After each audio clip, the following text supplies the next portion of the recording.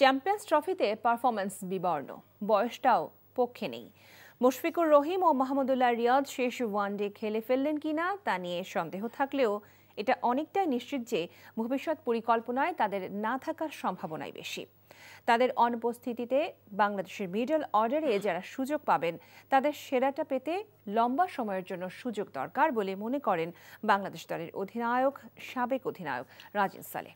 এছাড়াও খেলোয়াড়দের ব্যক্তিগত প্রস্তুতি নিয়ে সচেতন হওয়ার পরামর্শ দিয়েছেন তিনি। নিলয় মজুমদারের রিপোর্ট। ওয়ানডেতে বাংলাদেশের মিডল অর্ডারের দায়িত্বটা এক যুগেরও বেশি বয়ে বেড়াচ্ছেন মুশফিকুর রহিম। দলের প্রয়োজনে খেলেছেন ৪-৫ এমনকি ৬ নম্বর পজিশনেও। ব্যাটিংয়ের ক্রম পরিবর্তন হয়েছে মাহমুদুল্লাহ রিয়াদের বেলাতেও। নিয়মিত ৬-৭ খেললেও ২০১৫ বিশ্বকাপে ৪ খেলে পেয়েছিলেন সাফল্য। দুজনের বিদায়ে যে শূন্যতা তৈরি হবে বাংলাদেশের মিডল অর্ডারে, সেই শূন্যতা পূরণে ব্যর্থ হলেও নতুনদের টানার সুযোগ দেওয়ার পক্ষপাতী বাংলাদেশের সাবেক অধিনায়ক রাজিন সালেহ। ৩-৪-৫-এর যে জায়গাটা আমরা এখনো স্টিল স্ট্রাগল করছি। যারা ইয়াং প্লেয়ার আছেন তাদেরকে ওই অপরচুনিটি দিতে হবে। যারা সিনিয়ররা খেলেছেন, অনেক পারফর্ম করেছেন অবশ্যই, কিন্তু জুনিয়র প্লেয়ারদেরকে ওই অপরচুনিটি দিতে হবে যে রেডি করার জন্য। যারা আপকামিং প্লেয়ার আছেন তাদেরকে ওই সময়টা দেওয়া দরকার। এবং আমি মনে করি যে আমরা যারা কোচ এসেছি, যারা ইন্টারন্যাশনাল ক্রিকেট খেলেছি, আমি মনে করি আমাদের এক্সপিরিয়েন্সটা তাদের সাথে শেয়ার করা যাবে যে কীভাবে আমরা ইন্টারন্যাশনাল খেলেছিলাম এবং তুমি কীভাবে খেলে ইন্টারন্যাশনাল ক্রিকেটটা তোমার জন্য একটু ইজি হতে পারে।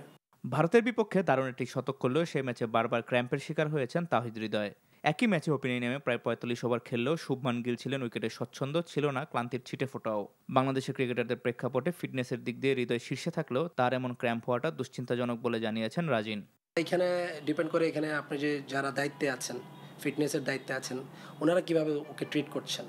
তো আমার মনে হয় যে ওনারা যদি আর একটু ভালোভাবে ট্রিট করেন না, তো হৃদয় কেন ক্র্যাম্প করবে, তো হৃদয় কেন বা অন্যান্য প্লেয়াররা কেন আনফিট হবে, সম্পূর্ণ আপনার উপর ডিপেন্ড করে। কারণ আপনি প্রফেশনাল, আপনার প্রফেশনাল ক্রিকেট, আপনি জানেন আপনি কীভাবে খেলতে হবে, কীভাবে ফিট থাকলে আপনার করতে হবে। 5G যুগের ছেলেরা যদি এখন 3Gতে যায় তাহলে তো আমার মনে হয় যে এটা ডিজাস্টার হবে।